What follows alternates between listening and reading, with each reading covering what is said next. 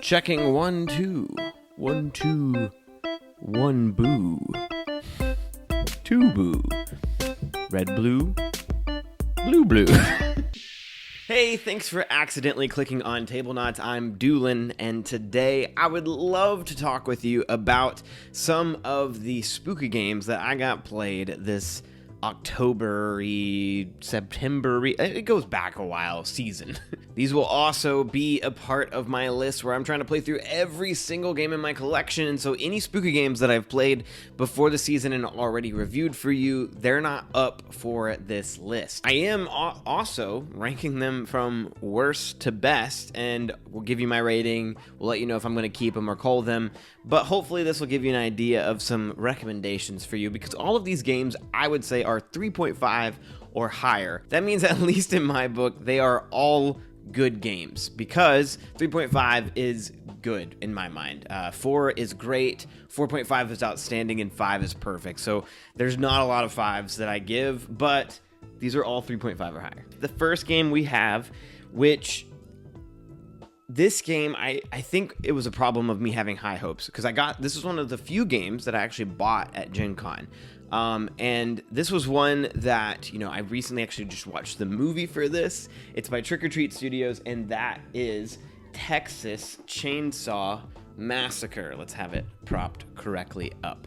This to me is just a 3.5 out of 5, because even though it's a well-produced game and it's faithful to the movies and it makes you feel like you're in this together with a group of friends, the gameplay is pretty simple. You're just trying to find gas and keys and escape in the van, and over time, based off of as you explore, the Leatherface and all of the other bad guys in that family are going to spawn around the board and try to kill you. There are a few decisions that players get to make, which, it's basically just pressing your luck and trying to maneuver around the board to, not get killed by Leatherface, but beyond that, there's not much agency the players have, and at least in the play that Max and Kenny and I had, it was not difficult to win, even though we played with some of those extra cards to make the game harder.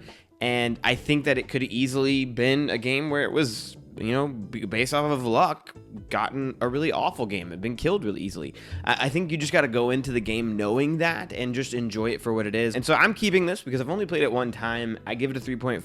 I think it'll be one that would be fun to break out with people who've seen the movie, and maybe around Halloween, put the movie on and just play this game and enjoy, the atmosphere of it. Next up is a game that I've played, oh my goodness, 20, 30 times now.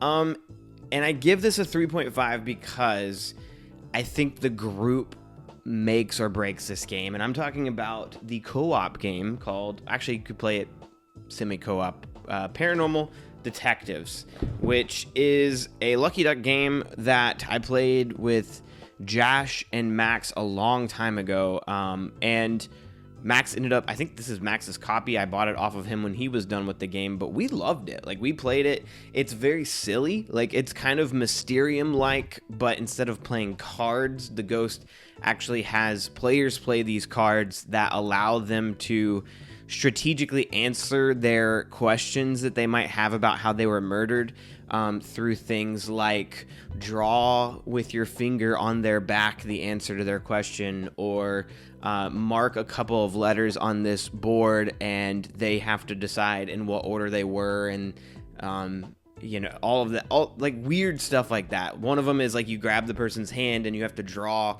with their hand on this board as if you're a ghost moving their hand. And one of them is just shout nonsense or point to an object in the room to answer the question. It's very unique. At the same time, once you play through all of the murders, you can't really play it much anymore. And at least for us, some of the murders are just, they're not very straightforward with the answers that you have to give. And so it doesn't make sense, gameplay wise. It's just kind of fun. It's a fun thing to play, and you have to just not care about getting it right or wrong, because I don't think that the the murders are very clear in their answers in terms of what is okay, like what is correct about a player's guess and what isn't. But either way, like, it's a fun game. I highly recommend it. 3.5 from me because I think it did depend on our group.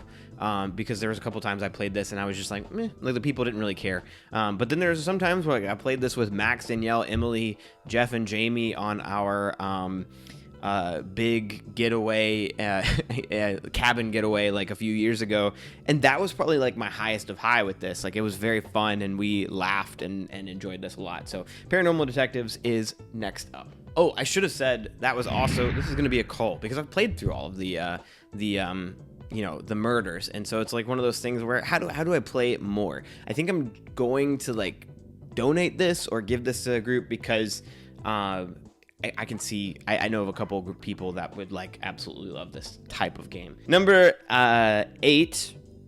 There's 11, so actually number 9. So the third game we're gonna talk about is Campy Creatures by Keymaster Games, and this is also a 3.5 out of 5, and this one's actually a keep. I went back and forth. It's so small, but on top of that, it's fun, and the aesthetic of it is really, really neat. You are these monsters that are trying to essentially collect the best humans to score points. It's a set collection-y game. Like, think Sushi Go, where, you know, certain things are going to give you, multiplier points. Other things will stick with you the entire game. I played this with Drew and Kenny on our game day, and that was, it was a good time. I enjoyed this. I think, I got this recommendation a long time ago from Billy over at Second Star at the Left, and I'm glad that I have it.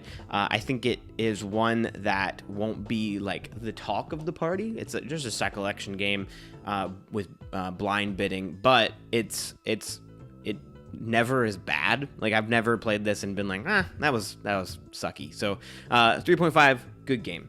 All right, next up is actually the start of my 4s or higher. So these are all great games. And it was a little hard because there's a lot of these that are just in that 4 range that are hard to compare against each other. But next up is a game that was brand new to me. I played this with Kenny over at his house, and that is Mr. Jack, which, it's funny, this is one that's been on my shelf for a very long time, and I thought it was a lot more, I don't know, like, the box just gives off this, like, dark, mysterious, very serious game, but it's very light, very easy to learn, and it's a 2-player only game, and I think that will hit with Emily and I so well. I had so much fun playing with him, so much so that we played it twice, like we switched roles, and I loved it. I thought it was so fun. It's one of those like hidden information, but you can use through deduction and also moving characters around and like really reading the other player, guess who they are. One player, their whole goal is to just escape or get you to guess the wrong person, and then the other player is simply trying to just deduce who the other character is. And through these night phases, where depending on if players are next to lanterns or not, the other player will reveal to the active, like the investigator, if they're hidden or not, meaning are they beside a lantern or not. And so through the game, you're going to slowly be deducing who the characters are, but at any time, the player, if they are hidden, can escape off the map in an open, non-barricaded section of the map. And so you have to be watching, like, as the investigator, you can be playing this game of deduction, but then all of a sudden, if you haven't been watching, like, the player can just escape. And so it's fun. It's I love playing this with Kenny, and I'm looking forward to keeping this for a very long time. I think it's just a 4 out of 5 for me after just one play, but it's one that like can grow on me for sure. I know that a lot of people absolutely love this. Speaking of games that I've not played a whole lot of, but have learned the rules, played a game in this. I've not even gone through an entire campaign of this. I just want to keep this because I got an incredible deal on it like 2-3 years ago, and there's so much content I own that I feel like it would be a disservice to myself and a disservice to this game to not like get a group, like maybe my family, or maybe I don't know who would do well with this just yet. I gotta maybe craft a group that is interested in this. But this is Shadows of Brimstone, and if you don't know what Shadows of Brimstone is, that's okay. Like, I think this game flies under the radar, and then for others, it's like the most important game they've ever played. But this is a campaign, if you want it to be, style of game. But it can also just be one-offs where you and a group of people are going to be dungeon delving and trying to close up these portals that are essentially, they're not hell portals, but they're basically hell portals, because Cthulhu-esque monsters are going to be popping out, and you are cowboy style characters, and just imagine cowboys versus Cthulhu, and that to me is Shadows of Brimstone. But with a million expansions, this game has turned into way more than just that. Like, you can fight werewolves, you can fight robots, you can fight a horde of the undead. There's so much to this game, and then on top of that, like, I have extra content that allows you to play through stories, allows you to play in maps on a board. Like, you're not dungeon delving, you're actually going into towns and trying to save them. There's so much to this game, it's nuts. And this is a 4 out of 5 for me for now. It's a little convoluted. It's a very hard to learn, especially with the amount of content that I have. I'm like, how much do I need to know? I've spent like 30 minutes reading through a booklet that I realized wasn't even the base game when I started this. And so I think that's my fault. I didn't just buy a base game and try to learn it. I bought a ton of it. And so I need to continue to try to learn this, but it's very unique. I think if I ever got back into D&D, that is all. Like, I have everything I need. There's so many maps, so many things, like so many monsters. I don't know. It's nuts. Next up is a game that I know is on Kenny's like top 20.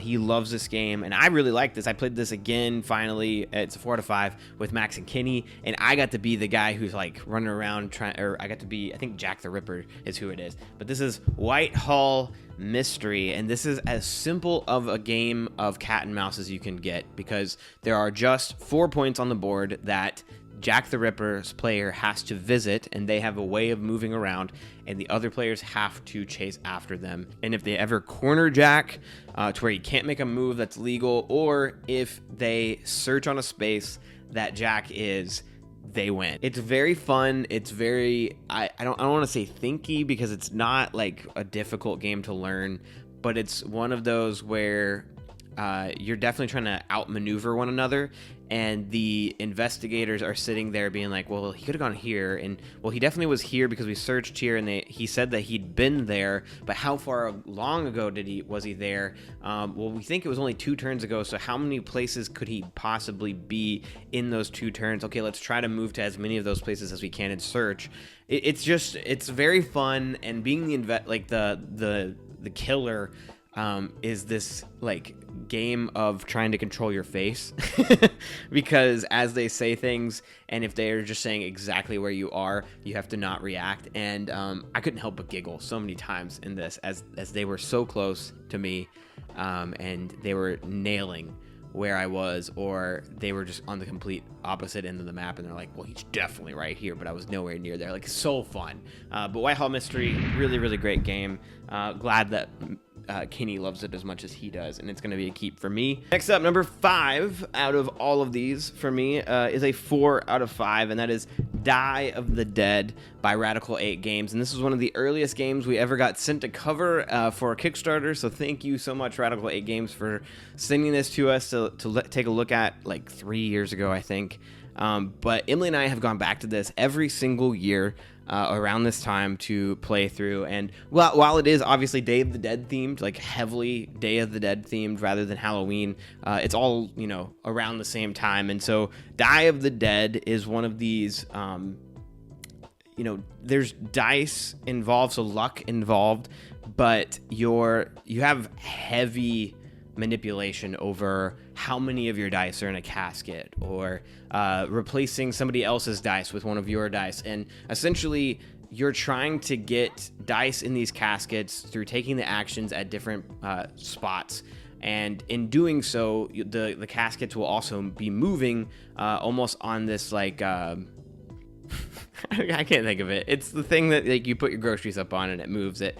But essentially those caskets are going to be moving, and if they get to the very end of the line and you take the fourth action possible, you will shake that casket full of dice and reveal, and whoever's dice has the highest numbers on it, so like sixes are obviously the best, but if there's two sixes, then you compare the next two highest dice of those two colors, and whoever has the highest roll gets to take one of those dice out of that casket and place it onto the ofrenda, and if you get all the way up the staircase, then you win. And it's a race, it's fun, there's power-ups, there's meanness, and it's very unique and very fun. And I can't recommend this game to you more for those of you that are interested in this theme and also just interested in a fun, easy to learn, but like definitely competitive dice manipulation game, Die of the Dead. Number 4 will surprise probably some of you that it's not higher, but Emily and I revisited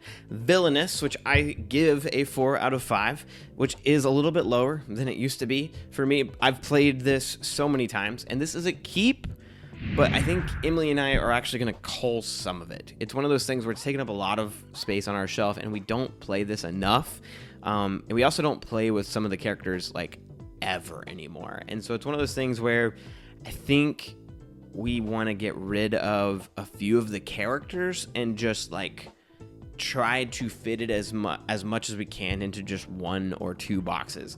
Don't know how we're going to do that just yet, but Villainous is still great. It's, in case you don't know about Villainous, and you're into board games, like this is the best Disney game I think that you can play to make you feel like you're in a Disney film, because each character is so different. You're going to choose a Disney villain from the boxes, and you're essentially trying to accomplish their goal that is in the movie. Every time you play feels like this completely new experience because you're playing as a new character, and there's new art, there's new actions that you're trying to take, and all of these different things, all new strategies. Like, it's just great. Disney Villainous, incredible game, very good for spooky season, and really good at any time. 4 out of 5 for me right now. Number 3 is a game that actually is going to get cold, which sounds so strange. It is a 4.5 out of 5 for me, but the thing about it is I own a different version of this game, and I own all of the different version of this game, and I own all of this version of this game, and I'm really getting tired of getting so much of this. And I had decided when I first played Zombicide, Undead or Alive, that I would be keeping it and Marvel Zombies, but I don't need to. It takes up so much space on my shelves, and I'd rather play Marvel Zombies 9 times out of 10 than Zombicide, Undead or Alive. And it's one of those things where I kept it because I like the cowboy theme, but then I played Shadows of Brimstone, and I was like, well, dang it, like, do I really need this? I don't. I'm getting very fed up with all of the Zombicides coming out and getting us really excited, because I backed this for the all-in because I was like, yes, absolutely, finally something that might get me more excited than Black Plague. And then before this even came, Marvel Zombies got announced. And I was just like, dang it. Like, I love Marvel. Like, I have to get that one. And obviously I didn't have to. And obviously this is all, like, first world problems, right? Like, but I'm getting rid of Zombicide, Undead or Alive. And I think the next time, like, the only Zombicide that would maybe get me, like, again, is a Zombicide Star Wars, which is my favorite, like, theme ever. But I really hope they don't do that, because I do love Marvel Zombies, and I don't want to have to spend like $300+ anymore. Like, that's nuts. That's stupid. Don't do that anymore. But all of that to say, didn't talk about this game at all. This is very, very fun. I've always said that Zombicide reminds me of the days of playing Left 4 Dead with my family or with my friends, because you're just fighting through hordes and hordes of zombies of different types and of different levels of difficulty as the game ramps up. And you're upgrading yourself. You're getting better weapons. You're getting better abilities as you kill more things and you level up. And in this game, it kind of, for the Zombicides that deal with like shooting, which are like 50 to 60% of them, I think this is the best. I've played all of them, except for 2nd edition. But like, this is better than Invader. This is better than Zombicide base game. And it's just a lot of fun. It's a blast to play through. But anyway, I'm calling it. Some of you might disagree with that. Some of you might be like, yeah, I saw it coming from a long time ago. And I don't care. It's fine. Number 2, yes, is a game from Arcus Studios, I believe, or it's Arcus Games, I can't remember. But that is Dreadful Meadows, which is just an incredibly cute, incredibly fun, spooky themed game where you as a monster are trying to build out this candy farm. You're going to be building machines to automate the process. You're going to be expanding your farm. You're going to be, producing more candy. Like, it's an engine builder, it's a tile placement, there's so many different things to this game that make it such a fun, unique puzzle that I love it solo, I love it competitive, and it's very well produced, and I can't speak more highly of this game. It's a 4.5 out of 5 for me, and I think that's simply because